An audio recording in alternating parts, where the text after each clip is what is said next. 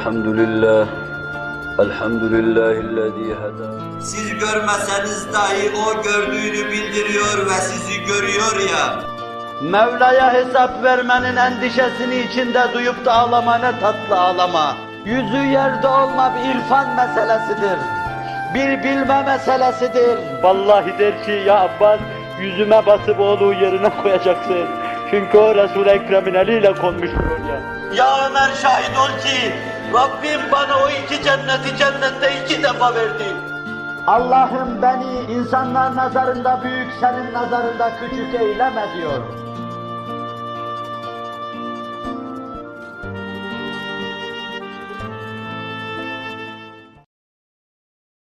Mümin, Cenab-ı Hakk'ın emirlerini murad-ı ilahi istikametinde anlaması gerektir. İnsana göre çok makul, çok makbul dahi görünse, murad-ı ilahi olmayan anlayışlar Allah nazarında merduttur. Kur'an-ı Mucizül Beyan'ı öyle anlamak lazım. Onun bize takdim ettiği mümin tarifi içinde, Müslim tarifi içinde mümin ve Müslim tarifini almak lazım. Allah karşısında müminin vaziyetini onun takdimi şeklinde kabul etmek lazım. Müminin heyecanını yine o hava içinde almak, değerlendirmek, ona göre vaziyet almak lazım. Bizim heyecanlarımızda merkez bulan, bizim duygu ve düşüncelerimizde merkez bulan ilahi ifade, Kur'an-ı Mucizül Beyan, murad-ı ilahiye muvafık olduğu nispette bizim heyecanlarımızda merkez bulan şekli, keyfiyeti, o nispette harekatımızın semeratını görmüş oluruz. Şimdiye kadar o istikamette hareket edenler hareketlerinin semeresini gördüler. Bir iki hutbede müminin heyecanını arz ettim. Ve hutbeleri bu istikamette esasen Cenab-ı Hakk'ın bahşedeceği imkanlar nispetinde devam ettirmeyi düşünüyordum. Mev'izenin başında temas ettiğim bir hususun şerhi buraya kaldığı için onu Mevla'nın inayeti, bana olan inayeti, buradaki inayeti nispetinde arz etmeye çalışacağım. Şu anda elimizde olan imkanlarımız, sahip bulunduğumuz imkanlarımız, asıl kullanmakla mükellef olduğumuz şeyler onlardır. Ben Cenab-ı Hakk'ın bir lütfuna mazhar isem, mazhar olduğum o lütfunu değerlendirecek, onu kendi cinsinden şükürle payidar edecek ve bir yenisinin doğmasına zemin ve zaman hazırlayacağım. Bir başkası başka bir lütfu ilahiye mazhar ise, mazhar olduğu lütfu nemalandıracak, bağ ve bahçe haline, cennet numun bir keyfiyete getirmeye çalışacak. O da böylece o nimete karşı şükürle mukabele etmiş, fiilen Allah'ın o nimeti artırmasını istemiş demektir. Bir başkası yine öyle, bir başkası yine öyle olacaktır. Şayet Allah size bir memuriyet lütfetmiş ise, o memuriyeti Allah'ın rızasını kazanma istikametinde nasıl değerlendirmek lazımsa, öyle değerlendirmek bir vazife, mükellefiyet olarak düşmektedir. Daha büyük memur olayım da şunu yapayım işi değil. Hangi durumu ihraz etmişsiniz? Elinizde ne kadar tohum var? O kadar tohumu sahip bulunduğunuz o kadar tarlaya atmakla mükellefsiniz. Siz bir rical-i devletten bir şahıs mısınız? Bir devlet adamı mısınız? Hükümet adamı mısınız? Allah'ın size o ettiği o lütfu değerlendireceksiniz. Üstünde, berasında şey araştırmayacaksınız. Size o nimeti lütfetti değerlendirirseniz artıracak onu. Hadiseler, durum gösteriyor ki siz size verilen şeyleri değerlendiriyorsunuz. Siz kadir şinas bir kimsesiniz. Siz nimete karşı her an serfiru ediyorsunuz. Ve her nimet mütebessim çehresine sizden bir şükür buluyor. Allah nimetini artırıyor. Belli ki siz verasında verilecek şeye de yine serfuru edecek, yine şükür edeceksiniz. Siz bir ilim adamısınız. Ne kadar biliyorsunuz? Onu etrafa intikal ettireceksiniz. İlmihalin varsa elinde ilmihalinle çıkacaksın. Fıkıh kitapların varsa onunla çıkacaksın. Fünun-u müsbeteye sahipsen onunla çıkacaksın. Verasında şunlar lütfedilsin de bana onlarla çıkayım, cihad edeyim demeyeceksin. O zaman sen bir ümniye adamı, kuruntu adamı, boş ideallerin arkasından koşan ve boş yorulan bir hayalperest olursun. Seni tenzih ederim. Mümin, zaman ve mekan bakımından kendisine Cenab-ı Hakk'ın lütfettiği her şeyi değerlendirir. Zaman altından bir zincir, bir kolye haline gelir. Mekan mescid, Kabe haline gelir. Mekan cennet haline gelir. Mekan Mevla-i Müteal'in huzuru haline gelir. Mekan Cenab-ı Resulullah'ın huzuru haline gelir. Her şey değerlendirilir.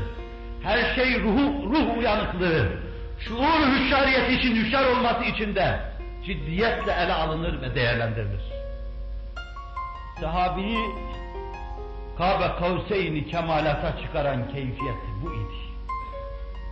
Kademe ve kademe nebiler nebisine kurbiyetle serfiraz olan asırları hayrul kurun enellezî fîh thummellezî yelûnehum thummellezî yelûnehum sözüyle ifade edilen, bu sözde manasını bulan asırların en hayırlısı içinde Allah'ın Resulü'nün bulunduğu asırdır. Ondan sonra ondan sonraki asır, ondan sonra ondan sonraki asır Allah'ın lütuflarının bol bol değerlendirildiği asırlar. Hiçbir sahabi ben şu şeye sahip olsaydım da şunu yapsaydım demiyordu. İş karşısına çıkınca, hadise başa gelince çapı ne olursa olsun onu behemhal değerlendirmeyi düşünüyordu. Ve size misallerini arz edeyim. Resul-i Ekrem'i sallallahu aleyhi ve sellem güldüğü zaman gök de gülüyordu, yer de gülüyordu. Tebessüme getiren bir hadise oldu. Yığın yığın inanmışların koşup da elini sıktığı devirler var. Her Müslüman olan elini sıkıyor ve biat ediyordu. Peygamberliğini tasdikin yanı başında ondan ayrılmamaya söz veriyordu. Resul-i Ekrem'in elini sıkıyordu. Büyük küçük, yaşlı yaşsız, kadın erkek herkes bu biata koşuyordu. Kadınlar bile bu şerefi kaçırmamak için biat etmek istiyorlar. Ama Resul-i Ekrem onlara sözle biat yapıyor, elini vermiyordu.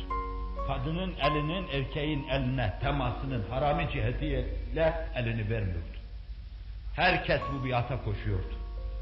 Safları yara yara 2 karış boyunda 2 çocuğun yaklaşıldığı bir an görüldü. Çocuk devresinde o manzara karşısında o mekanı, o zamanı değerlendirme havası içinde çocuğa düşen şey oydu. Yarılan saflar arasında Resul-i Ekrem Aleyhisselatü Vesselam'ın karşısına dikilen çocuklar ileride Mekke'yi müdafaa edecek Abdullah bin Zübeyir. Mazi yazarları 7 yaşında olduğunu söylüyor. İkinci çocuk da Mü'te'nin kahramanı Cafer bin Ebi Talib'in oğlu Abdullah İbni Cafer. Resul-i Ekrem'e yaklaştılar. Minnacık ellerini uzatıyorlardı. Biz de biat edelim ya Resulallah diyorlardı. Ölüp de dönmemeye, arkanda saf bağlayıp da ayrılmamaya biz de biat edelim diyorlardı. Cihad isteselerdi belki cihada göndermeyecekti. Mübarek dişleri görünecek şekilde tebessüm etti. Gök güldü, yer güldü. Elini sıktığı çocuklar da birkaç dakika sonra gülüyorlar.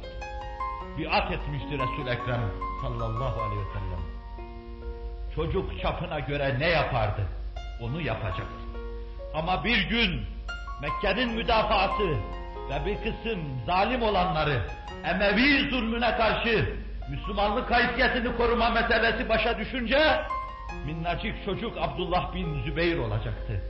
Kabe'ye taş attırmam diyecekti. İslam'ın haysiyetine toz kondurmam diyecekti. Beli kırılacaktı. Sürüne sürüne büyük ananın karşısına gelecekti. O da seni böyle görmek istemezdim diyecek, hitap edecekti. Ana seni ölçmek için geldim diyecek ve asılacak, sallanacaktı. cennet kandili gibi sallanacaktı. Meleğin kakülü gibi sallanacaktı. Cennete giden yol, elde ettiğin imkanları değerlendirmeden geçiyor. Sahip bulunduğun materyali değerlendirmeden geçiyor. Verasında şuna sahip olsaydım, verasında şuna sahip olsaydım sözü düşüncesi, ümniyeden ibaret, kuruntudan ibaret. İş başa düşünce sen aslan kesileceksin. Ne olursan ol. Bilmem ki şu 20. asırda başa bir iş düştü mü? Kur'an'ın raftan indirildiği, ayaklar altına alındığı şu 20. asırda, pek çok küflü kafaların hüküm ferma olduğu şu 20. asırda, vicdanların paslandığı, secdesiz kirli alınların pek çoğunun Müslümanların içinde zuhur ettiği şu 20. asırda, mümine düşen bir vazife yok mudur bilmiyorum.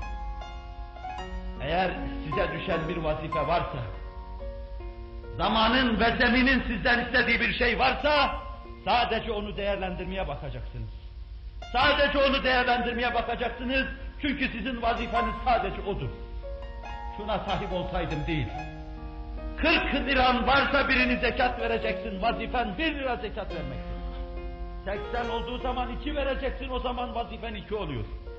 120 liran olduğu zaman 3 lira vereceksin, çünkü o zaman vazifen oluyor. Din, senin vazifelerini boyuna bosuna göre, kâmet ve çapına göre tanzim eder, ayarlarken, senin durumunu, umumi ahvalini daima nazar itibara almıştır. Teklifi mala yutak yoktur. Ama ümniyelere bağlanma da yoktur. La yukellifullahu nefsen illa vüs'aha. Fermanı kutsiyesiyle her insana istitaatı nispetinde fiil mükellefiyet yüklemiştir. Sen onu yapacak, onu yaşayacak ve aslında Allah'ın vereceği şeylerin şükrünü eda etmeye hazır durumu ihraz edeceksin. Amr ibn Cemuh'un karşısına Uhud çıkınca değerlendirmişti o. Yaşlı, beli bükülmüş, ayakları eğri bir insan. Kur'an'la gitmişti oraya. Evlatları razı olmuyorlardı bu yaşlı 2 büklüm adamın Uhud'a gitmesine. O ise bir an evvel cennete girmek, orada dolaşmak istiyordu. Bu çocuklarım cennete gitmeme, şehit olmama mani oluyorlar ya Resulallah demişti. Bu zorla Müslüman olmuştu. Medine'de çok direnmiş, ondan sonra içindeki buzlar erimişti. Mus'ab bin Ümeyr'in başının belası olmuştu bir dönemde, bir devrede.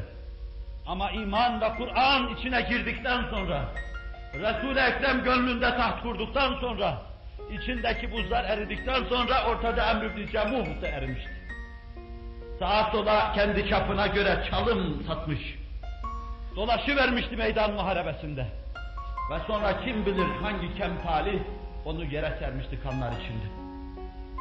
Biraz sonra hiç kimse Resul-i Ekrem'e haber getirmeden etrafındakilerine şu müjdeyi veriyordu. Ben Amr ibn Cemuh'u cennette eğri bacakları düzelmiş dümdüz gezerken görüyorum buyurmuş. Yaşlı adama vazife düşmüştü. Ancak o kadar yapacaktı. O vazifeyi el-hak tamam yerine getirdi. Allah'a karşı mükellefiyetini idrak içinde Mevla'nın huzuruna gitti.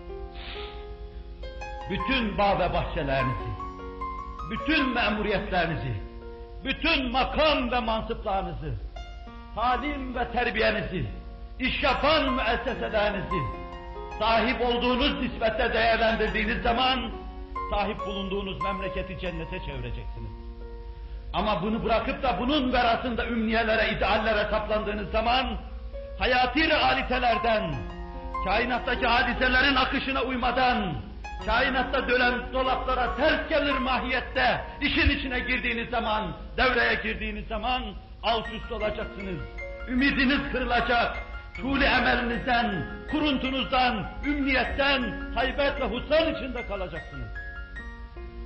Bunlar ise, mümin sıfatıyla, emn-i eman havası içinde, itimat telkin ederek, Allah'a dehalet etmiş bir müminin vasfı olmadan çok uzak şeylerdir. Sizi Allah'a dehalet etme âli vasıflarıyla Mevla-i Müteala dehalet eden müminler vasfı içinde Allah'ın size bahşettiği imkanları değerlendirmeye davet ediyorum. Ela inne ahsenel kelam ve ebla'n nizam. Kelamullahil melikil azizil allam.